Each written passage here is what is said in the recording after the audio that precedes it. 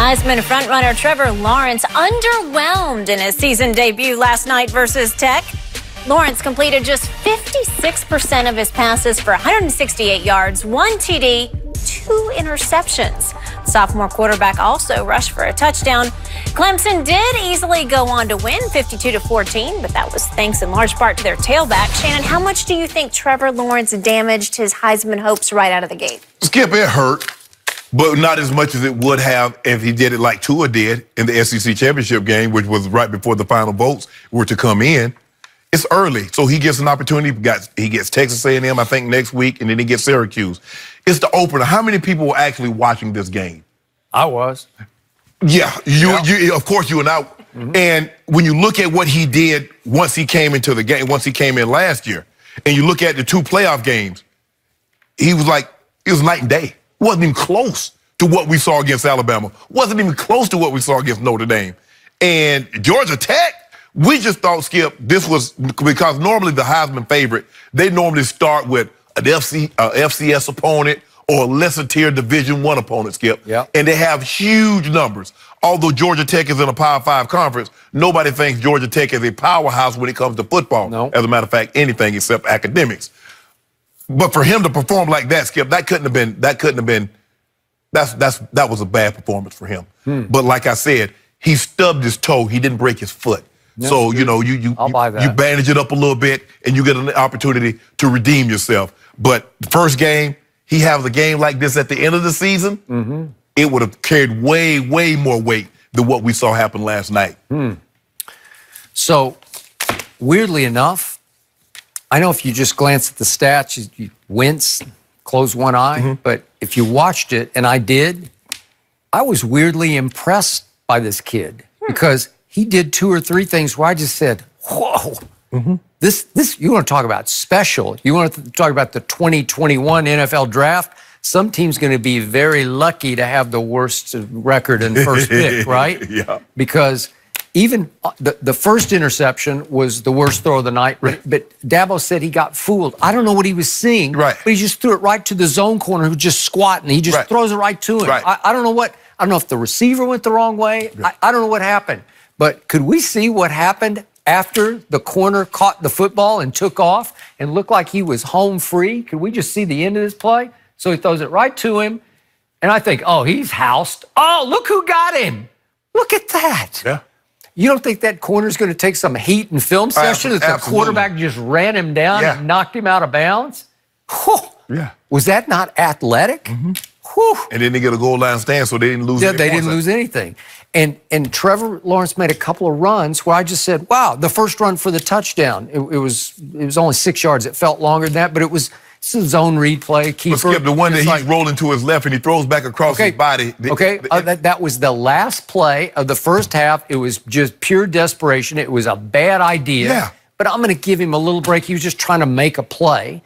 And then how about that rocket bomb that he threw to T. Higgins, who's really good, but again, it's a little bit of a jump ball, but this is a big-time throw, and obviously a big-time catch. You know, that's just NFL arm right there. That's just like, whoa. There's nothing you can do about that. Okay, nothing you can do. And they're going to do a lot of that. Yeah.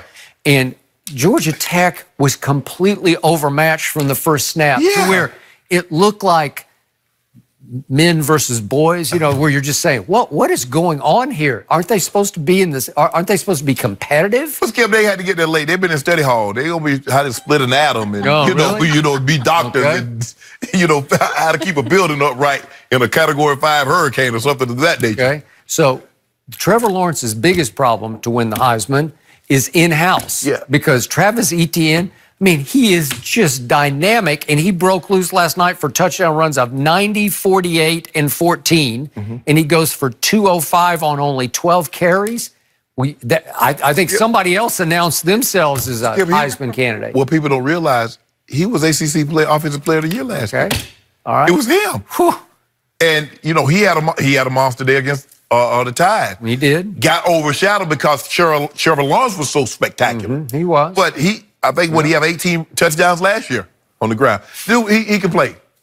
Clemson, And that's the thing. You look at the weapons that they've had, Skip. They had DeAndre Hopkins. They had Sammy Watkins and C.J. Spiller. And, just keep going. Yeah, and the Williams kid. And you like, and did they win any championships with those guys? Interesting. You know, my biggest takeaway from last night was, I'm sorry, St. Nick, it's over. It's over. There you go. You know why? There you go, Skip. Because Clemson is the new Bama. They're the new powerhouse. They're the new invincible dynasty.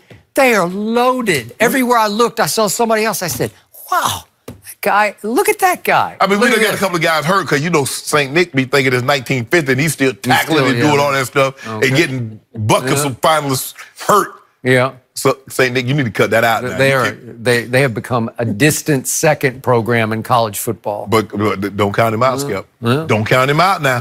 Don't count on St. Nick out. I just counted him out. Tua. Don't count on Tua out. He got another 40 touchdowns in that left arm. You think so? Yeah. Do you have 20 interceptions in that left arm? No. Less than 10. Really? Less than 10. Okay. Boy, he was struggling at the end of the year. Skip. We know what happened, okay? He was hurt. He gonna be hurt this year. Okay. No. Yeah, you know it was hurt. Miss Skip, you saw the man knee and ankle.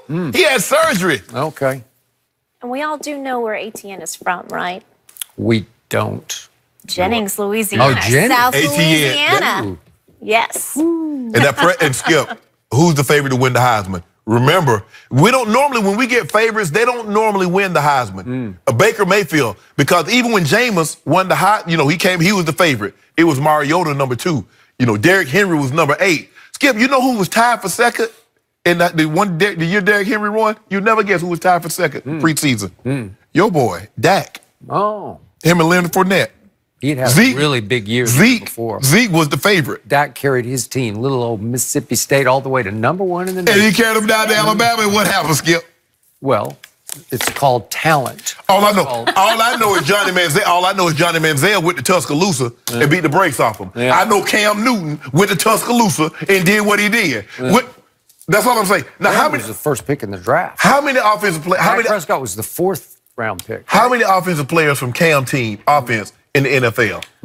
We got to leave it here, guys. Great down. stuff. I know you could debate this all day. Clemson's next test comes against Texas A&M. Up next for us was Lonzo Ball throwing shade at LeBron and the Lakers. We'll discuss that one when Undisputed returns.